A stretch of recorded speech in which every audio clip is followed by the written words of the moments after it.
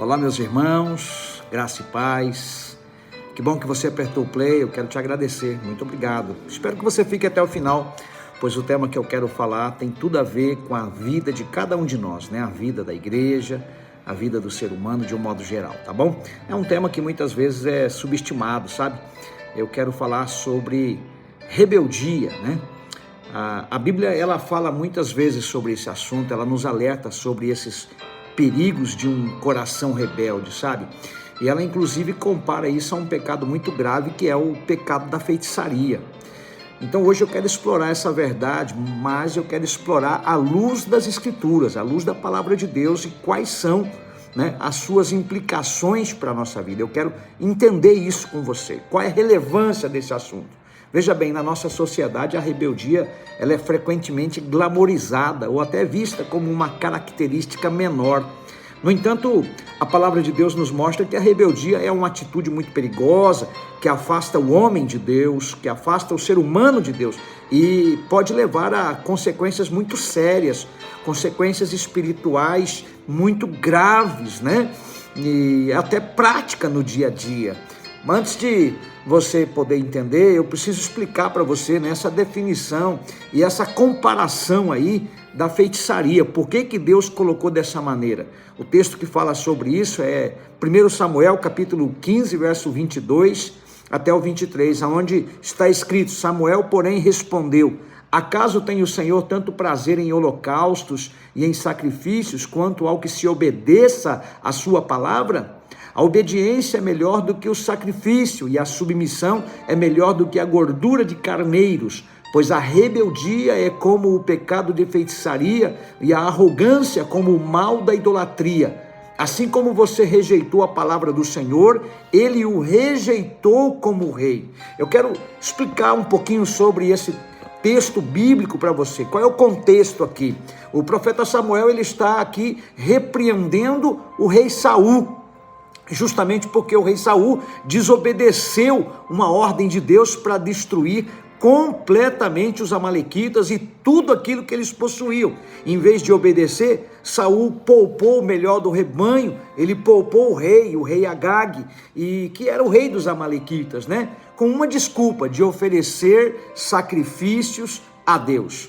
Então veja bem, Samuel faz aqui uma comparação muito contundente. Ele diz que a rebeldia é como o pecado de feitiçaria. Assim como a feitiçaria, a rebeldia é justamente uma afronta direta à autoridade de Deus e à sua vontade, à autoridade direta com Deus, entende? Rebeldia e feitiçaria. No caso, eu preciso mostrar para você essa questão, como definir feitiçaria. A feitiçaria nada mais é, de uma forma muito simples, eu quero te dizer, a prática de invocar poderes espirituais malignos, de manipular forças sobrenaturais ou até mesmo enganar as pessoas para desviar cada uma delas do caminho de Deus. E a Bíblia diz que tem uma condenação bíblica para isso. A feitiçaria é severamente condenada na Bíblia Sagrada. Lá em Deuteronômio capítulo 18, verso 10 até o 12, lá em Gálatas capítulo 5, verso 19 até o 21, você pode ver isso depois lá. Mas aqui eu preciso continuar, tá bom? Rebeldia, já que você já entendeu feitiçaria, rebeldia. Qual é a definição de rebeldia? A rebeldia é a resistência ou até a desobediência deliberada à autoridade e à instrução de Deus. E qual é a comparação aqui? Assim como a feitiçaria, a rebeldia busca seguir um caminho próprio, desconsiderando aí a vontade e a autoridade de Deus. Qual é a aplicação prática nisso tudo? Existem áreas na nossa vida, áreas na minha vida, na sua vida, onde cada um de nós pode estar resistindo à vontade de Deus. Será que existe isso na sua vida? Você está resistindo à vontade de Deus para a sua vida? Em que áreas você precisa submeter-se à autoridade de Deus? Em que áreas você precisa se submeter? Pense nisso.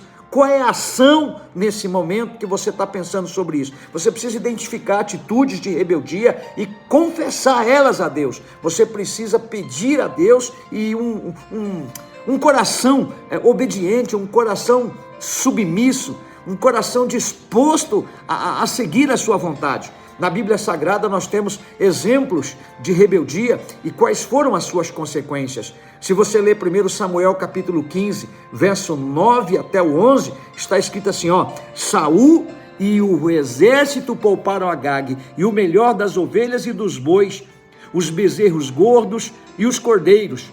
Pouparam tudo que era bom, mas tudo que era desprezível e inútil destruíram por completo. Então o Senhor falou a Samuel: arrependo-me de ter posto Saul como rei, pois ele me abandonou e não seguiu as minhas instruções. Veja bem, que coisa terrível. Quer mais um exemplo? Jonas.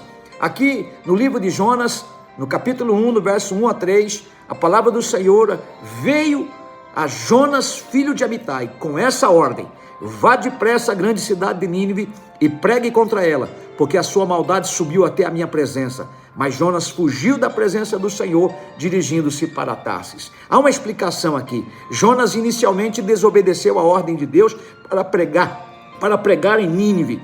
A fuga de Jonas trouxe uma tempestade, trouxe grande tribulação, mas quando ele se arrepende e ele cumprir a ordem de Deus, então ele experimentou a misericórdia e a restauração. O que é que nós podemos refletir sobre isso? Em quais áreas da vida eu e você, assim como Saul, assim como Jonas, podemos estar resistindo ou até mesmo fugindo da vontade de Deus?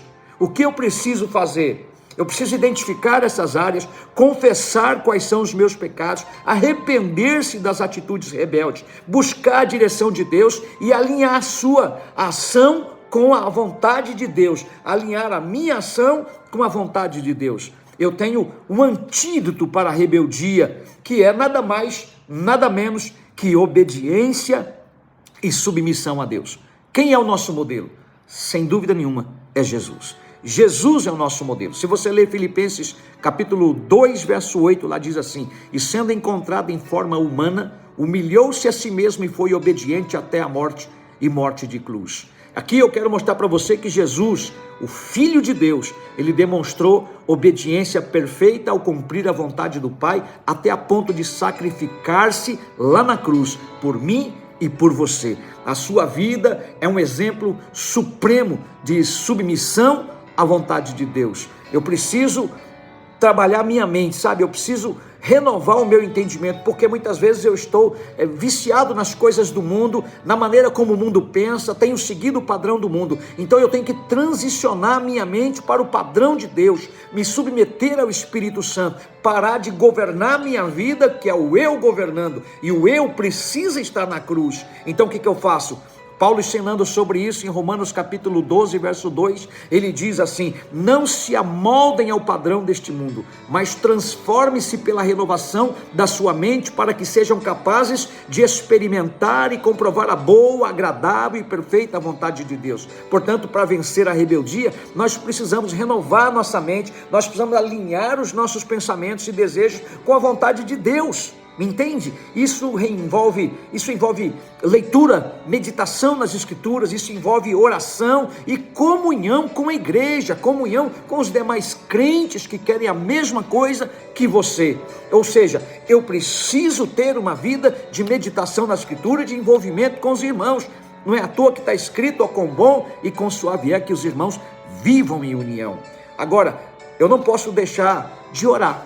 Eu preciso orar. Orar significa eu dependo de Deus. Eu repito, oração diária e constante, perseverante, intencional, significa eu dependo de Deus. Essa oração, o salmista no Salmo 51, no verso 10, diz assim: cria em mim um coração puro, ó Deus, e renova dentro de mim um espírito estável.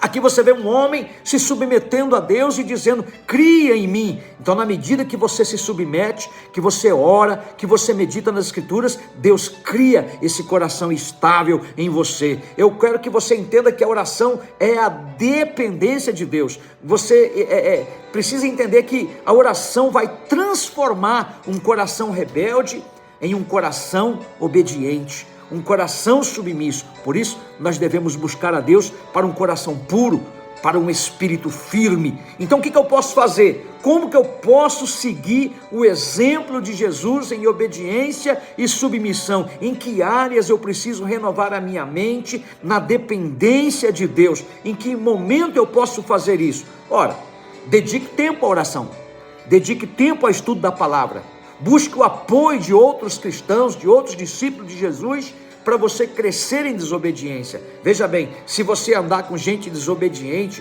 com gente rebelde, com gente fofoqueira, com gente mexeriqueira, com gente que vive reclamando de tudo, com gente que nada para eles satisfaz, nada para essas pessoas estão bem, você vai se tornar igual a eles. Então, encontre alguém que esteja orando, encontre alguém que esteja disposto a obedecer, ainda que isso venha lhe contrariar. Aplique isso na sua vida, dedique isso e você vai ver quanto isso vai dar certo. Eu quero concluir com você que nesta hora que você me ouve até aqui, Deus está te chamando à obediência.